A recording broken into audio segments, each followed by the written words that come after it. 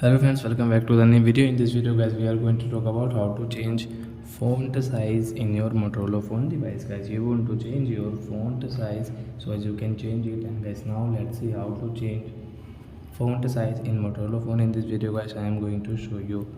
So before starting video friends, I want to tell you, if you need my channel and you are watching my video first time, so first of all go and subscribe my channel, click the bell icon and like my video. So friends, first of all open your phone setting to change font size.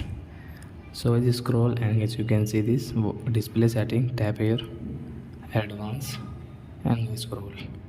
As you can see your font size, so I tap here. So as you can change like this, large and guys largest. So you can see guys your font size will change in your Motorola phone. So I hope friends you have understood how to change font size in Motorola phone. So that's it guys, thanks for watching.